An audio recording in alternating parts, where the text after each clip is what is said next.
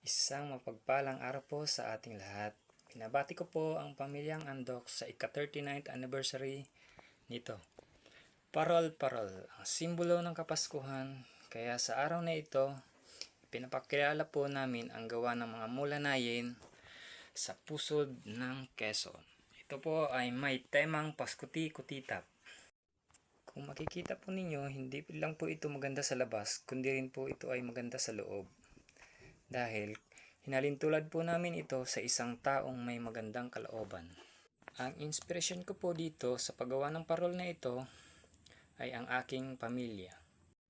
At upang may ambag ko rin naman po ang aking talento sa paggawa ng parol, at nagpapasalamat din po ako sa ating ama na binigyan nila ako ng ganitong talento. Ito pong parol namin ay may taas na 45 inches at lapad na 20 inches. At ito naman po ang mga materialis namin. Buto ng ligaw na damo, saga in Mulanay, perdigonis in Bicol, balat ng buto ng mahugani, dayami ng palay, at kawayan.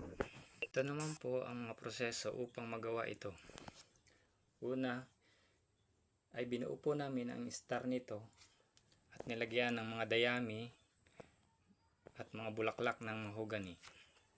Ang kasunod po ay ang pag-wiring ng mga Christmas light upang makita na po ang ganda ng disenyo at nang hindi po makasagabal sa ibang ilalagay pa dito.